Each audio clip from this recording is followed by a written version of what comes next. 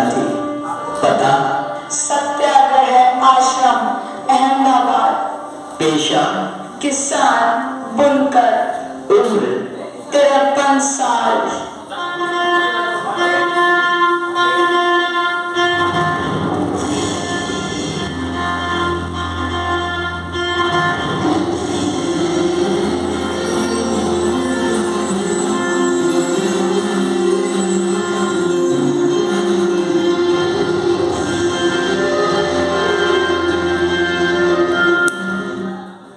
ना खड़क ना ढाल, फिर भी पूरा देश आपके साथ।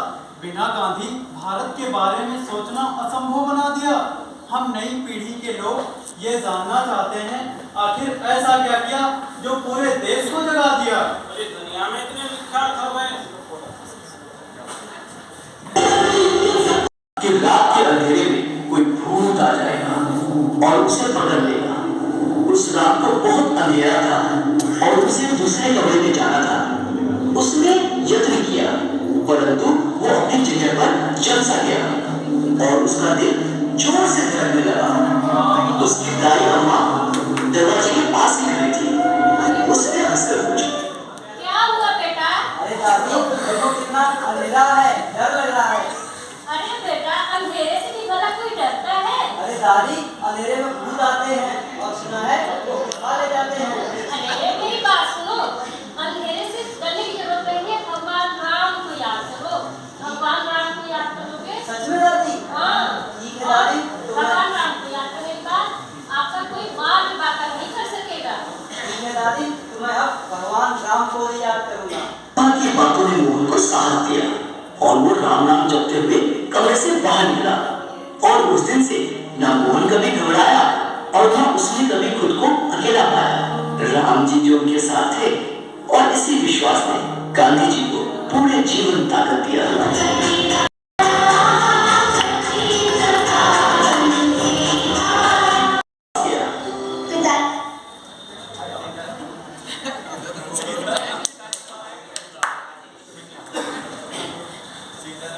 अरे पिताजी, अरे पिताजी, नाटक करने चल रहे हो? कौन सा नाटक बेटा? राजा हरिश्चंद्र का नाटक पिताजी।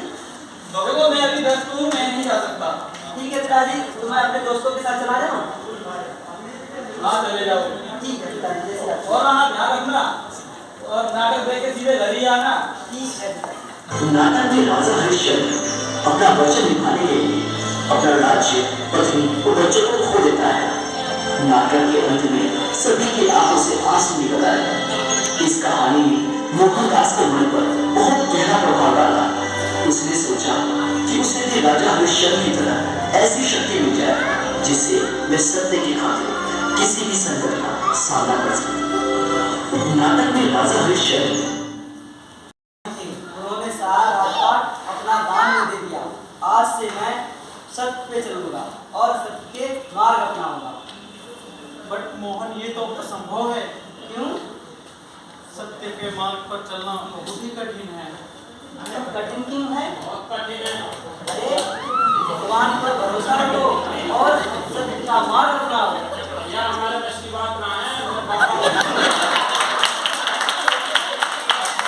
और उन पर भरोसा रखो, सत्य में जीवन बिताओ, सत्य के मार्ग पर चलो। आज मैं इसी क्षण से कहता हूँ सत्य पे चलूंगा। ये बड़ी आत्माओं के काम में मोहन देखिए तो।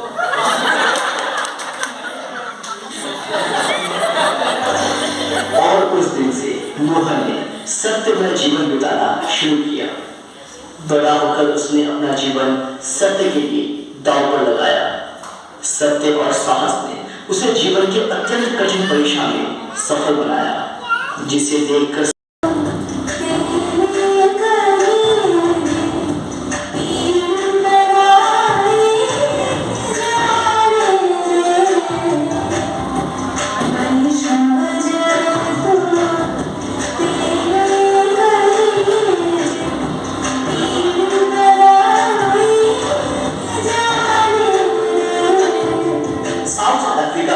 भारतीयों को शुद्ध समझा जाता था और बीच में एक यूरोपियन यात्री वहां दाखिल हुआ।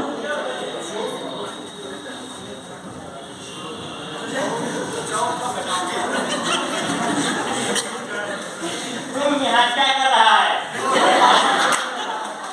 क्या तुम्हें पता नहीं किस कोच में सिर्फ घोड़े यात्रा कर सकते हैं, तुम इंडियन इसमें यात्रा नहीं कर सकता है। अरे मेरे पास प्रथम श्रेणी का टिकट है और मैं यात्रा करने का पूरा अधिकार रखता हूँ। टिकट से कुछ नहीं होता है, अगर तू नहीं मानेगा तो मैं तेरी कंप्लेंट स्टेशन मास्टर से करेगा और तुझे बाहर भिजवा देगा।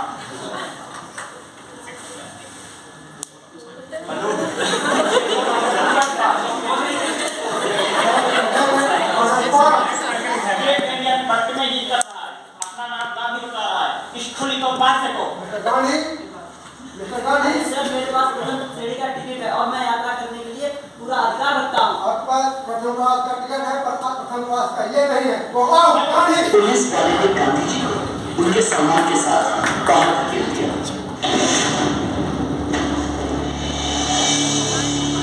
3 जनवरी गांधी जी ने कड़ी सर्दी में रात गुजारी, लेकिन उन्होंने अपने सामान को छुआ तक नहीं।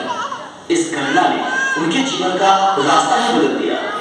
उन्होंने ऐसे अन्याय के विरुद्ध सत्य के हथियार का प्रयोग किया और आगे इसी हथियार को सत्याग्रह का नाम दिया गया।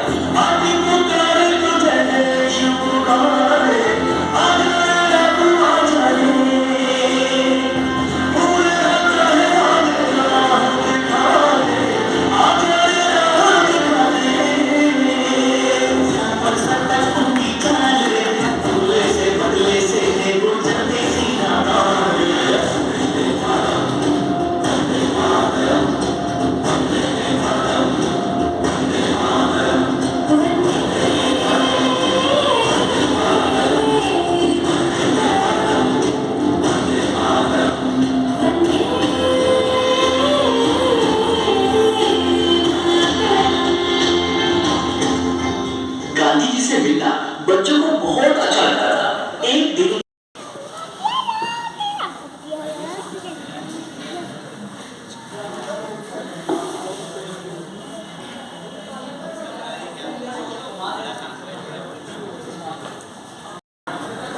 पुलिस वाले ने वो लड़का एकदम सोच में पड़ गया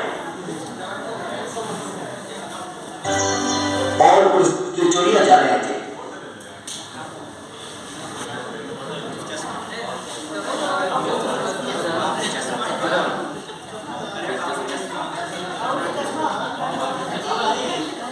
गांधी जी, गांधी जी, आप कपड़ा क्यों नहीं पहनते हो?